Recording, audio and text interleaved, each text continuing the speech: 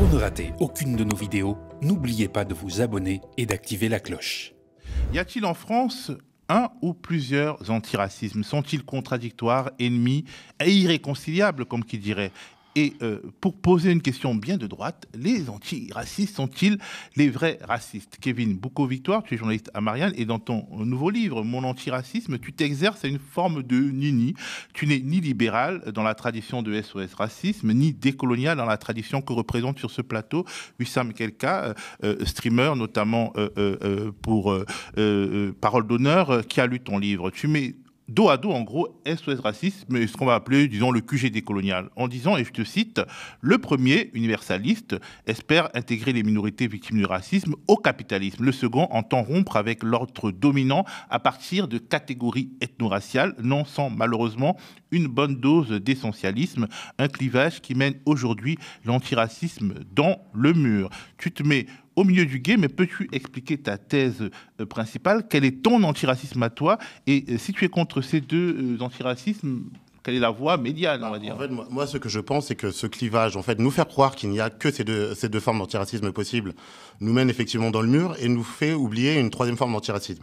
Au passage, ce clivage, il a été imposé durant l'été 2016, lors du du camp d'été décolonial, où, dans leur texte, ils ont accusé ce qu'ils ont appelé l'antiracisme moral, que moi j'appelle libéral, avec certains arguments qui sont tout à fait valables, que je rejoins au passage. Tu étais à ce camp d'été? Non. Non, je n'y étais pas, mais je veux dire, j'ai lu les textes, voilà. Par contre, j'ai déjà pu, par exemple, j'étais présent aux 10 ans du Parti des Indigènes de la République dans le public, enfin, voilà. Mais je veux dire, j'avais lu dans les textes présentés sur le site, etc., il y a des arguments totalement valables. Ce que je voulais dire par là, c'est que, en présentant, c'est eux qui créent ce clivage, ou en tout cas qui l'imposent comme tel, mais de toute façon, on sait très bien qu'en politique, on est toujours désigné par ses ennemis. En fait, il refoule, on va dire, un troisième type d'antiracisme, celui que je défends, qui est, selon moi, l'antiracisme socialiste, qui repose sur la lutte des classes, sur l'universalisme, le tout pour fonder une société sans classe. Alors, je le sors pas de mon cerveau, je l'imagine pas comme ça, hein. Je reprends des textes de C.L.R. James, donc Cyril Lionel Robert James, qui était un intellectuel trinidadien qui a écrit un très bon livre qui s'appelle Les Jacobins Noirs, où il a cette phrase, où il a cette explication à laquelle je souscris totalement, qui est que en politique, la question de la race est toujours subordonnée à la question de la lutte des classes. Et l'oublier est une erreur presque aussi grave que l'erreur inverse, c'est-à-dire oublier la question raciale est une erreur presque aussi grave que presque aussi grave que de lui donner trop d'importance. Donc C.L.R. James, une partie des Black Panthers, pas tous, mais la partie Bobby Seale, U.A.P. Newton, Eldridge Cleaver, aussi France Fanon, à qui j'ai consacré un essai pour lequel tu m'avais invité il y a 2 ans pour en parler.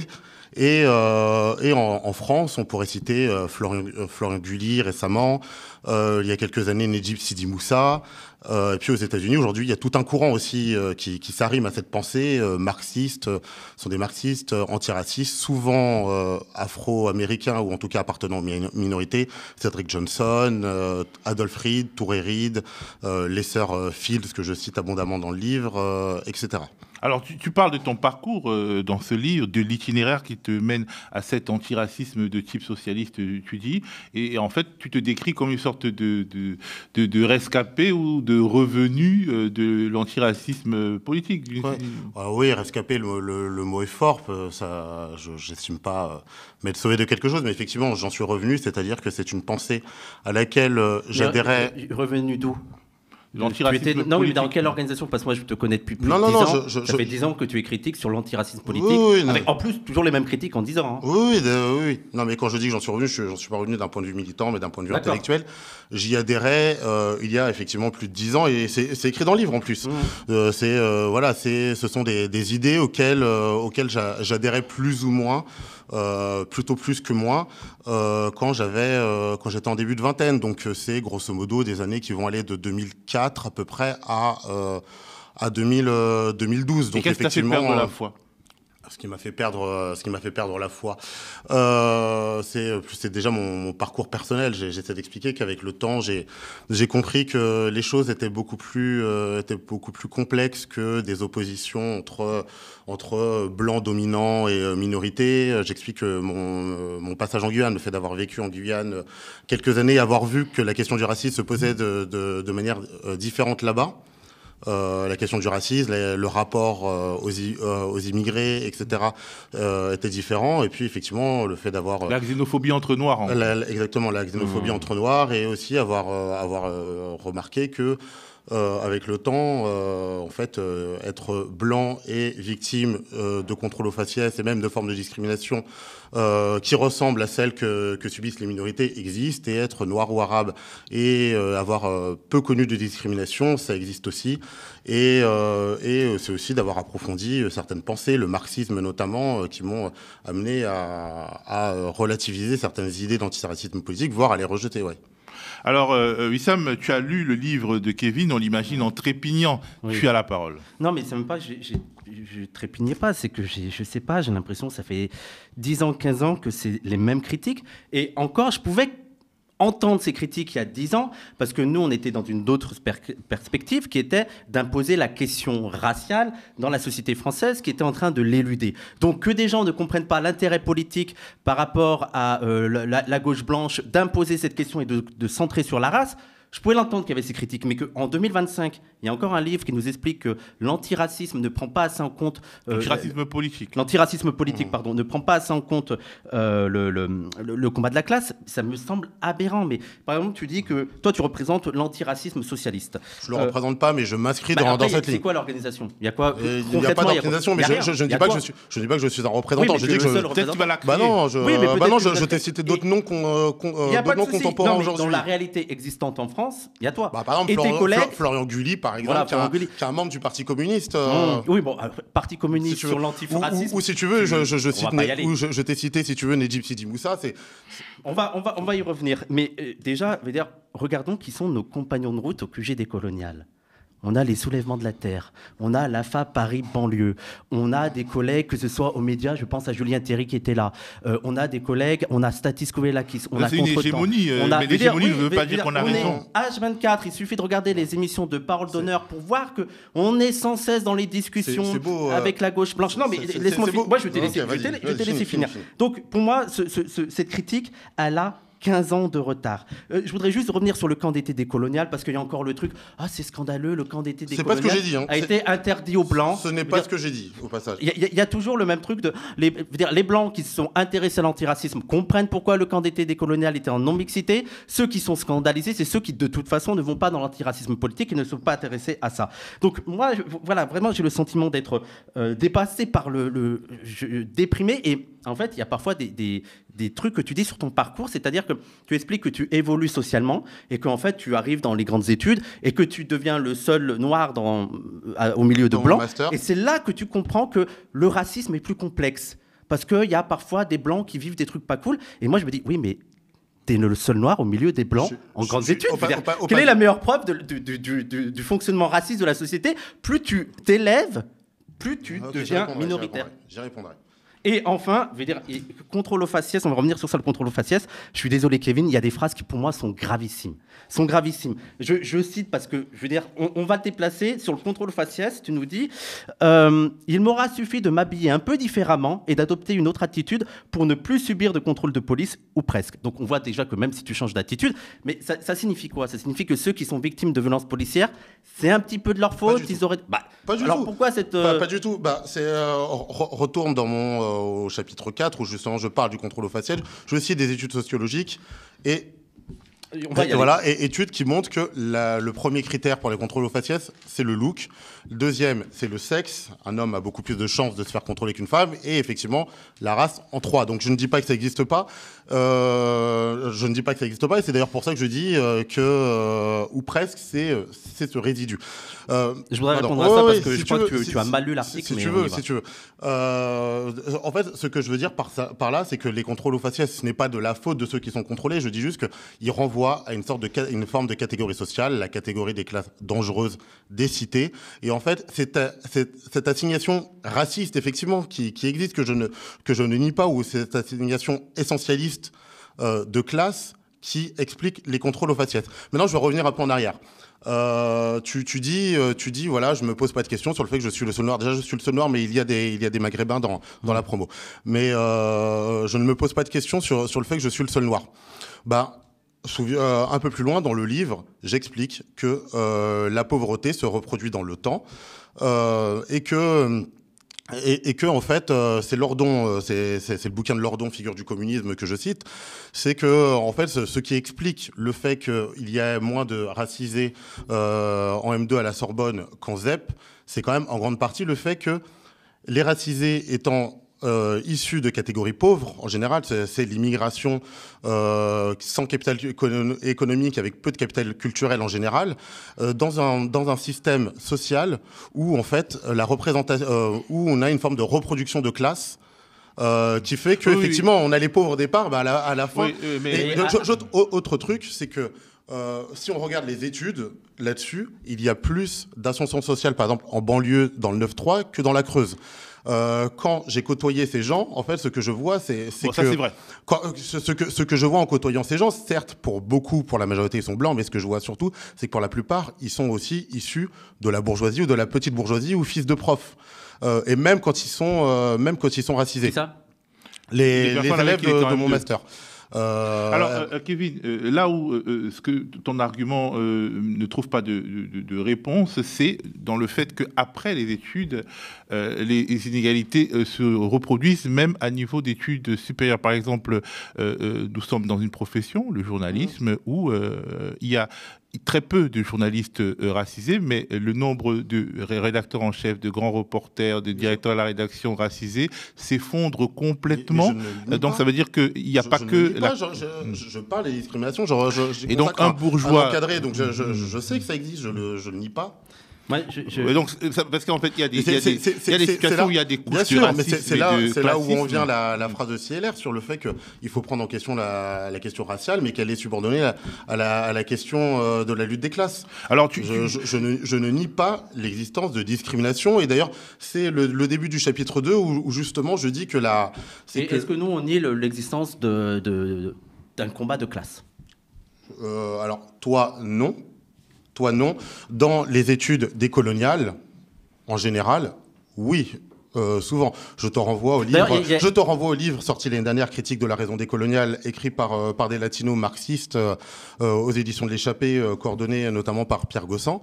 Mais quels auteurs en France antiracistes nient l'importance aussi de la lutte des classes ? C'est souvent minimisé typiquement, dans les Blancs, les Juifs et nous, c'est largement minimisé. C'est quoi son livre d'après ? Beauf et barbare, que j'ai lu, que j'ai analysé, et tu noteras que dans le livre, je dis aussi que effectivement le projet doit être de réunir les bourgs et les tours, comme le dit Ruffin, ou les beaufs et les barbares, comme le dit Ouria Boutelja, je le dis. Le reproche que je lui fais, c'est qu'elle le fait sur un mode qui reproduit les questions ethno-raciales. C'est-à-dire que c'est d'abord sur la question culturelle, c'est à partir des questions culturelles qu'elle veut rassembler ces deux types de classes populaires. Et l'autre reproche que je ferais, c'est qu'en fait, en faisant des compartiments ethno-raciaux, on sépare, et je pense qu'en fait, on ne retrouvera pas un front commun majoritaire en ayant d'abord séparé les gens dans un premier temps. Et en niant, en plus, ce que certains ont vécu, par exemple, le racisme anti-blanc, qui, je le répète, a quasiment touché 1 blanc sur 5. Le racisme anti-blanc qui a touché 1 blanc sur 5 selon un sondage. Parce que la perception n'est pas forcément la réalité. Dans une société où on parle tout le temps du racisme anti-blanc, on peut voir quelque chose qui ne relève pas de cela. C'est pareil pour les stats sur les discriminations. Ce sont les gens qui... Non, mais sur les discriminations, on a des stats. Sur la reproduction de la pauvreté à l'égard des Noirs et des Arabes. Il y a des stats sur le logement. Sur la représentation des fils issus d'immigration dans la pauvreté. C'est pas tout à fait vrai, parce que quand on regarde les chiffres de l'Observatoire des inégalités, ce qu'on voit, c'est que globalement, les trajectoires sont sensiblement les mêmes, toutes choses égales par ailleurs. Je voudrais juste revenir un truc sur le look, parce que moi j'ai l'impression que parfois tu lis mal l'article, ou tu le lis avec une grande malhonnêteté. Parce que ce que tu retiens de l'article, c'est que d'abord c'est le look. Quel article? Sur il fait un truc sur la discrimination au faciès. Académique sur, et il utilise cet article pour essayer de prouver qu'en fait la discrimination au faciès, la race, ça explique pas tout. C'est qu'à la troisième partie, hein, d'abord c'est le look et avant le genre. Mais en fait, il suffit d'avoir fait un peu de sociologie pour comprendre que le look, il est aussi arrimé à ceux qui le portent. Je veux dire, le look que les gens vont viser, par exemple le look de quartier, c'est parce que c'est des noirs et des arabes de quartier qui portent ce look. Et d'ailleurs, l'article lui-même le dit.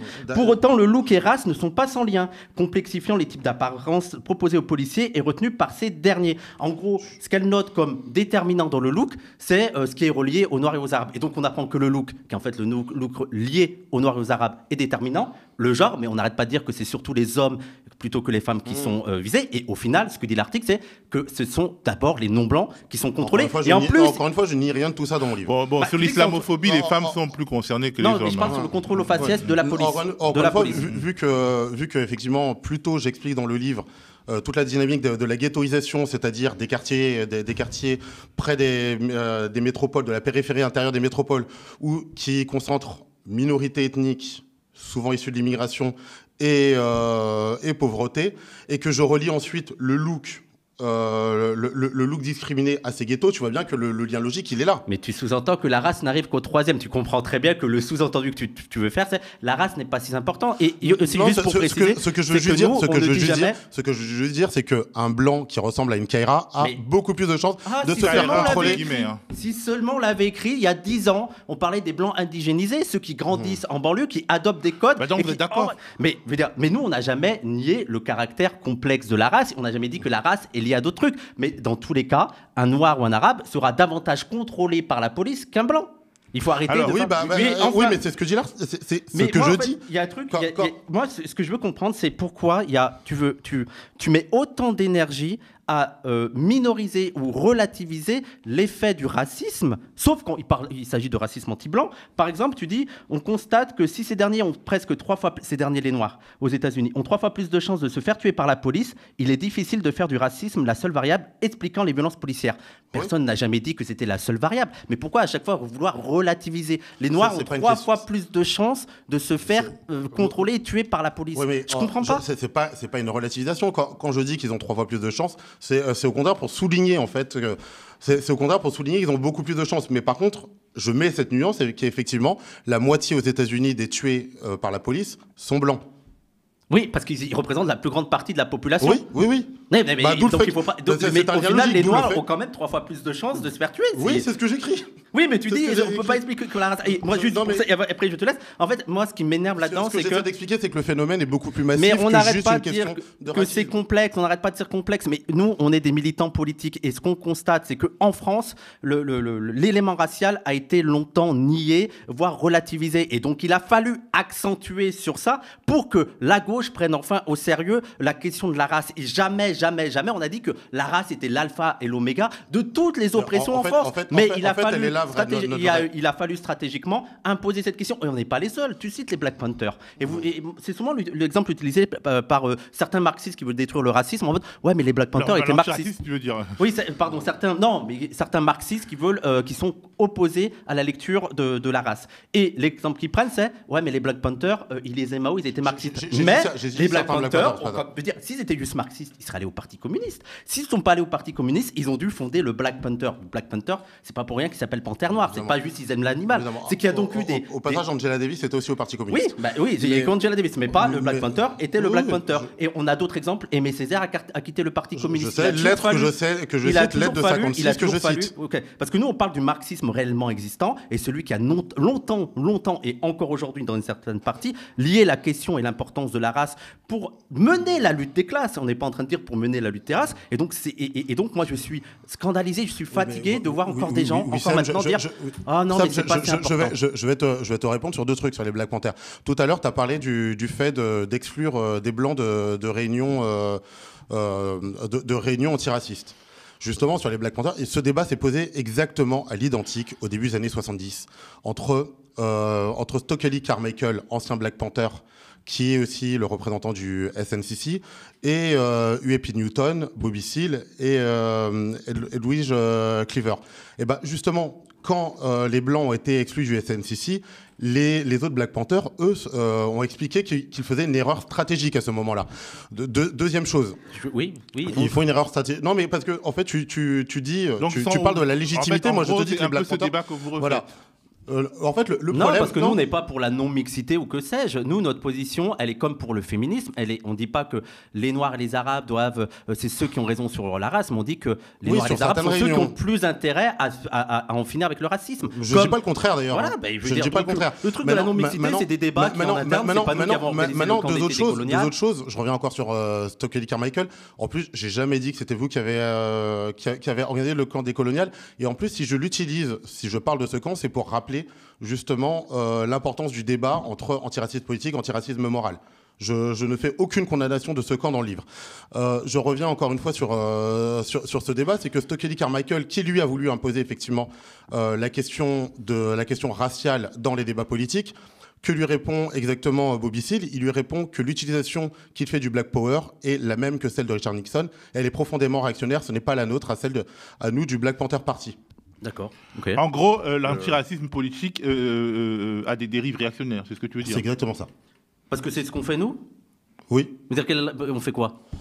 Il n'y a pas d'essentialisation. Quand Ouya Boutelja a écrit « J'appartiens à mon clan, à ma race, à l'Algérie, à ma religion », ce n'est pas essentialisant et enfermant. Mais c'est elle qui s'enferme toute seule ou c'est pas la société qui la renvoie, quoi qu'il en soit, à sa race, à sa religion ou que sais-je?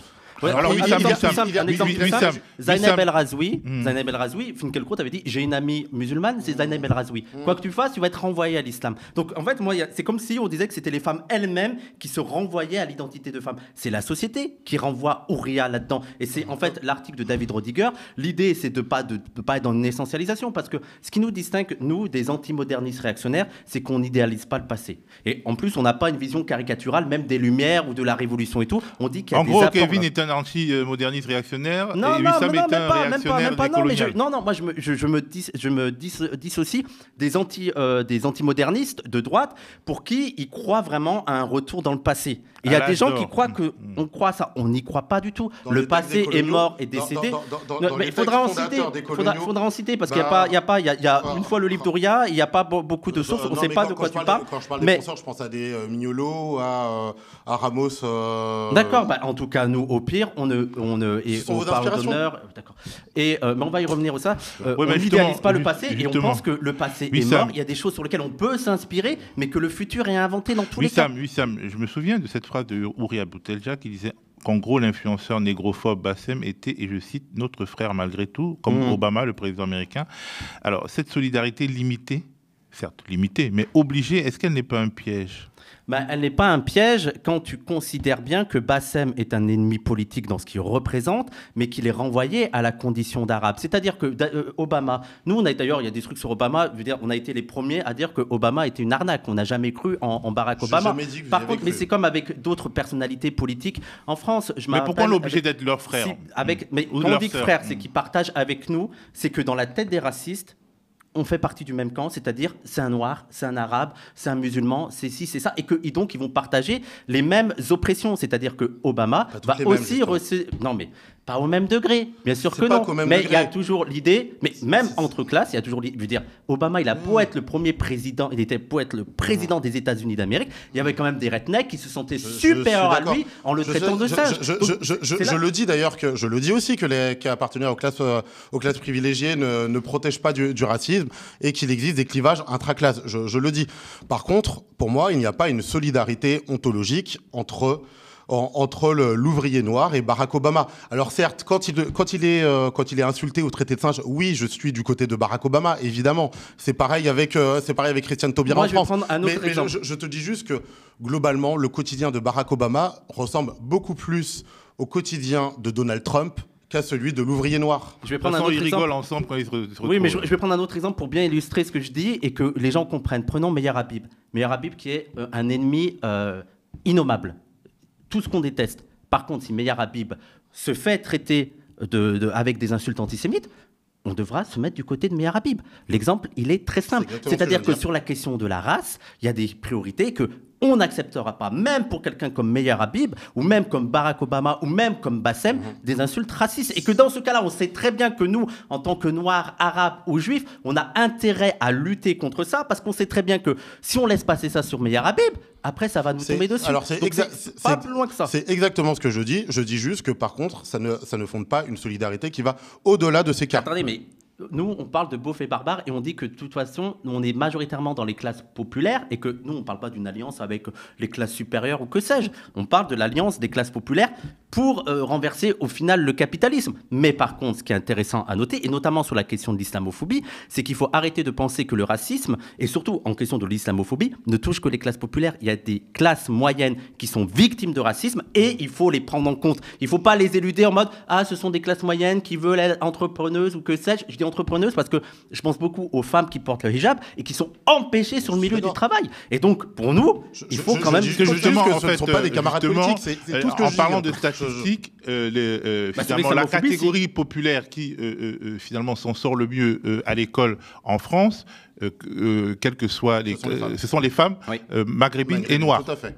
Et donc, c'est exactement celles qui s'en sortent le plus qu'on essaie de ramener quelque part à la maison à travers cette islamophobie. C'est-à-dire, plus que les hommes noirs, plus que les hommes arabes, plus que les femmes blanches, plus que les hommes blancs issus des milieux populaires, la femme noire et la femme maghrébine, en fait, elles percent, mais elles sont rattrapées par un plafond de verre purement racial. C'est-à-dire, les doubles masters, c'est vraiment leur apanage, mais justement, il suffit qu'elles portent un fichu pour que tout de suite, elles soient considérées comme une ennemie publique. Et là, c'est vraiment du pur racisme. Alors, effectivement, le port du hijab crée un plafond de verre, mais par exemple, ce plafond de verre n'existe pas pour toutes les femmes noires ou arabes.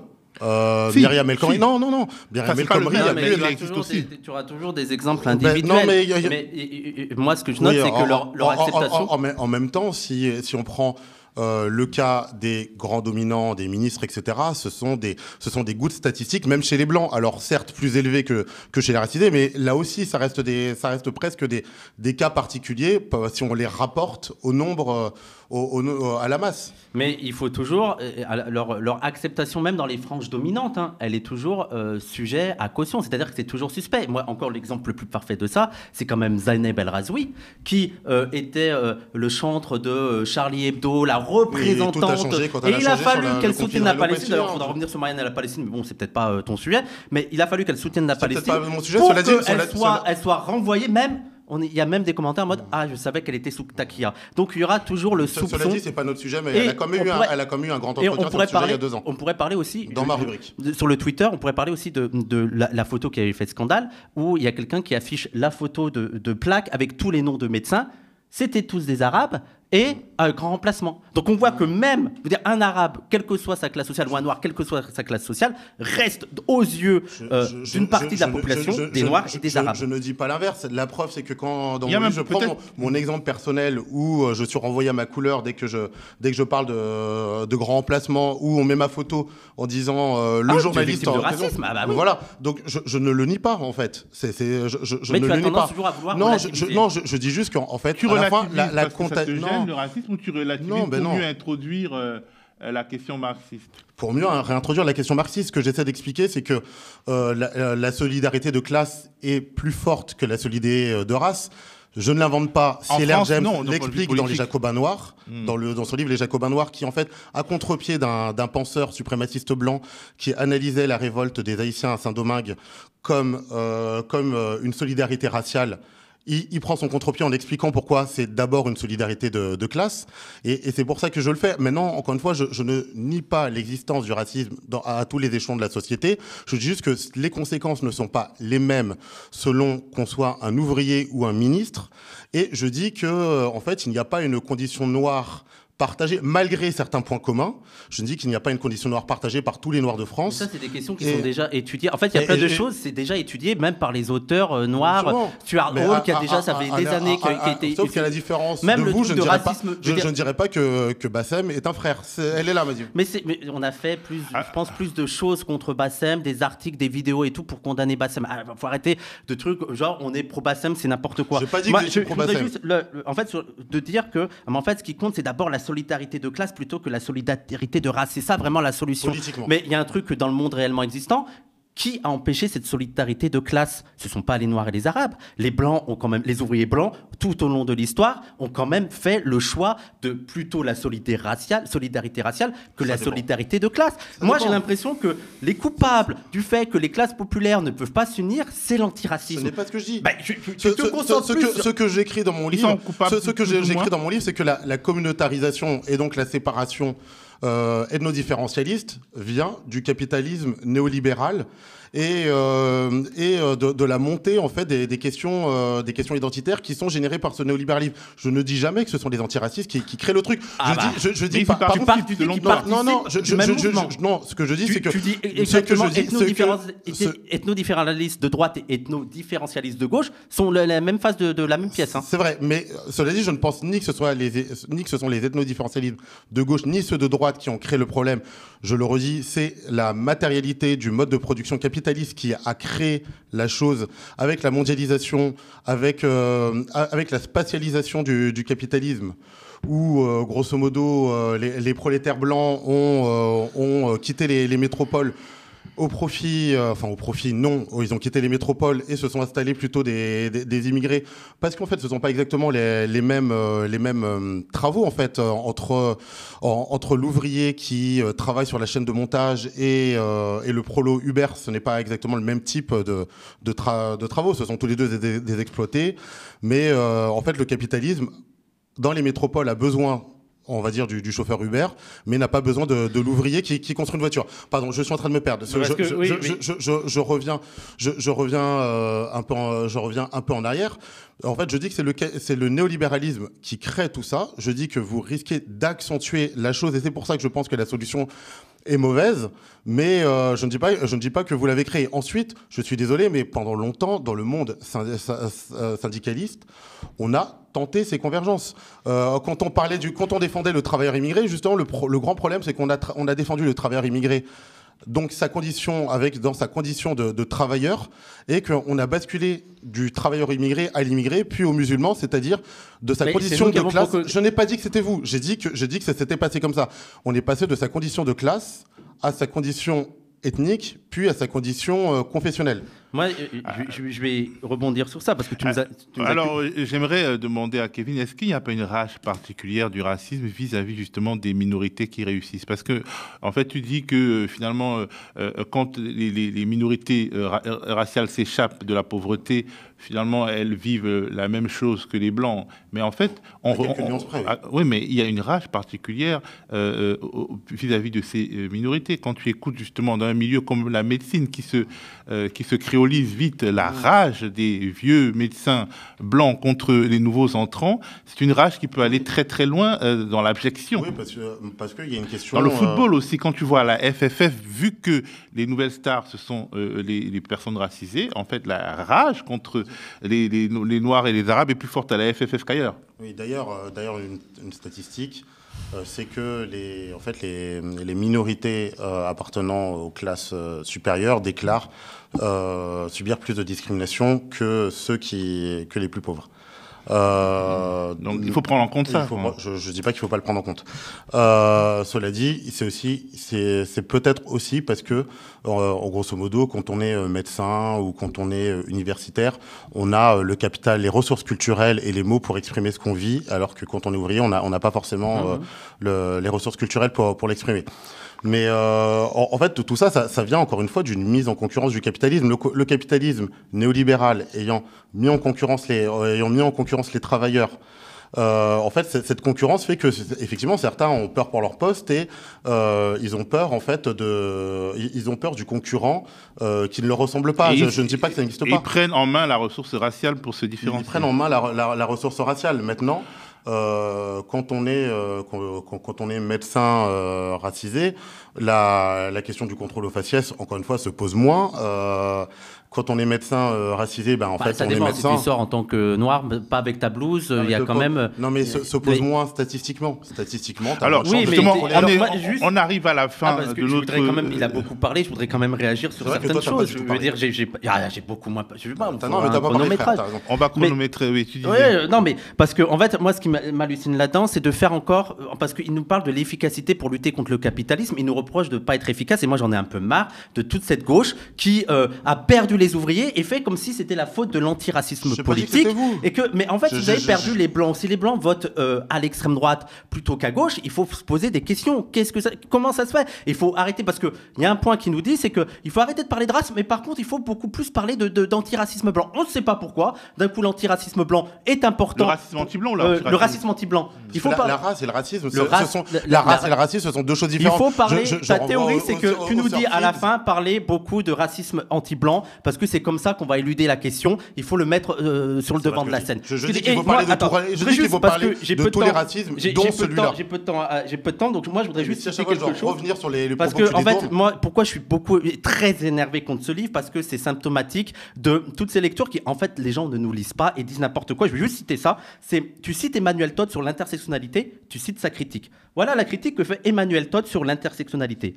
Le terme mériterait d'être élargi. Pourquoi n'envisager que la phase dominée du problème? On parle certes des mâles dominants pour les dénoncer, mais pourquoi ne pas étudier aussi le cas contradictoire en eux-mêmes pour ce qui concerne la domination des femmes blanches ou des hommes noirs?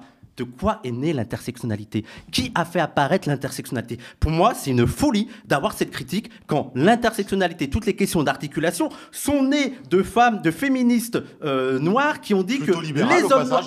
Mais pas seulement Angela Davis, race, femme, classe. Tu as cité Angela Davis, femme, race, classe, c'est l'une des premières... C'est pas la mère du concept. La mère du concept, c'est Kimberlé Crenshaw, qui est libérale. Qui a repris le truc de l'inter... Mais on est les premiers, mais ça a évolué. Je finis. Les premières à avoir pointé Angela Davis elle-même dit qu'elle avait besoin de réintroduire le concept de classe. Les militants aujourd'hui qui parlent d'intersectionnalité en profitent, que ce soit moi si ou n'importe quel afrofemme, on l'utilise pour parler aussi de la domination des femmes blanches et de la domination des hommes noirs. C'est un scandale de faire cette citation pour critiquer l'intersectionnalité alors que c'est la base du truc. Je sais pas, moi il y a un moment donné, mais lisez vraiment les antiracistes au lieu de je sais pas, de lire les gens qui critiquent l'antiracisme. Et il y a plein de trucs là sur la délinquance. Au passage, Todd n'écrit pas sur l'antiracisme dans ce passage. Alors, nous allons bientôt. C'est pas les antiracistes. Nous allons bientôt mettre fin à cette émission. En fait, Wissam, ma question. Kevin Boko-Victoire est-il antiraciste selon toi? Et qu'est-ce qu'il y a à prendre dans ce qu'il a à dire? Je pense que lui, il se pense antiraciste et représenter l'antiracisme socialiste. Mais j'ai une mauvaise nouvelle pour lui. Je pense que le groupe politique qui représente plus cet idéal d'antiracisme, d'organisation antiracisme, qui prendrait en question la classe, il se trouve plutôt de notre côté. Et la preuve en est que nous, nos camarades, c'est pas Michéa ou Marianne, c'est que les organisations du mouvement social actuel, à commencer par l'AFA Paris Banlieue ou le Soulèvement de la Terre. Je veux dire, moi, je suis un peu... J'ai l'impression que ton livre a 15 ans de retard et qu'il faut que tu te mettes à jour et que tu comprennes que ça, c'est des sujets dépassés, qu'on parle déjà de l'alliance des beaufs et des barbares et qu'on ne fait pas seulement parler, on œuvre tous les jours à travers le mouvement social, à travers les émissions, à travers les productions théoriques, à cet espoir d'une alliance des classes populaires pour renverser le racisme et donc, in fine, le capitalisme. Alors, Kevin, le mot de la fin, ton antiracisme, est-ce que finalement ce n'est pas un antiracisme light acceptable par les milieux que tu fréquentes aujourd'hui? Alors non, clairement pas, à moins que les milieux que je fréquente aujourd'hui sont favorables à l'expropriation des bourgeois, sont favorables à l'extension des communs, sont favorables à l'autogestion, sont favorables à la décroissance. C'est très loin tout ça, mais ce à quoi tu sers aujourd'hui, c'est de relativiser le racisme. Ils peuvent se le dire. Je ne relativise, encore une fois, je ne relativise rien du tout. Je dis juste qu'en fait, il faut être capable de prendre le racisme dans plusieurs dimensions. Ensuite, sur la question, parce qu'il m'a accusé, par exemple, d'éluder la question de la race. En fait, je cite beaucoup les sœurs Fields, qui sont donc deux afro-américaines marxistes qui ont écrit un livre qui s'appelle Racecraft, où là, j'ai pas le temps de développer, mais qui explique pourquoi, en fait, il ne faut pas utiliser la question de la race. Ce n'est pas la race qui tue, c'est le racisme. Et que quand on a réduit les Noirs en esclavage, ce n'est pas pour créer de la suprématie blanche, mais c'est pour produire du sucre, du coton, etc.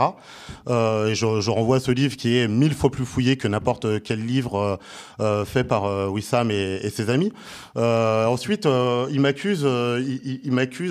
explique que eux, leurs amis, ce sont sont les bons et pas les mauvais. Moi, ça me rappelle vraiment ce que disait Debord dans ses commentaires sur la société du spectacle, où il disait que le capitalisme ne voulait pas juger sur ses résultats, mais sur ses ennemis. Là, Wissam, il veut pas être jugé sur ses résultats, mais sur ses amis. Il fait la même chose que le capitalisme, mais en sens inverse. En fait, Donc vous allez continuer. Non. Vous allez faire. Comme disait Aristote, il n'y a d'opposition on va que dans une même nature. continuer ce débat à d'autres occasions. Merci en tout cas, Kevin, et merci, Wissam. Je rappelle ce livre de Kevin Boucault-Victoire, Mon antiracisme, pourquoi je ne suis ni décolonial ni libéral, paru aux éditions des Clés de Brouwer. Et merci à vous d'avoir regardé Au cœur de l'actu sur votre Freebox, sur Molotov, sur notre chaîne YouTube, le Média 24/7, sur le mediatv.fr. N'hésitez pas à nous laisser un commentaire si vous nous regardez sur YouTube, ou bien à nous envoyer un mail à contact@mediatv.fr si vous nous regardez à la télévision. Si vous en avez les moyens, bien entendu, soutenez-nous, soutenez notre travail, le journalisme indépendant des pouvoirs politiques et de l'argent, en allant sur le mediatv.fr/soutien. Restez connectés aux médias.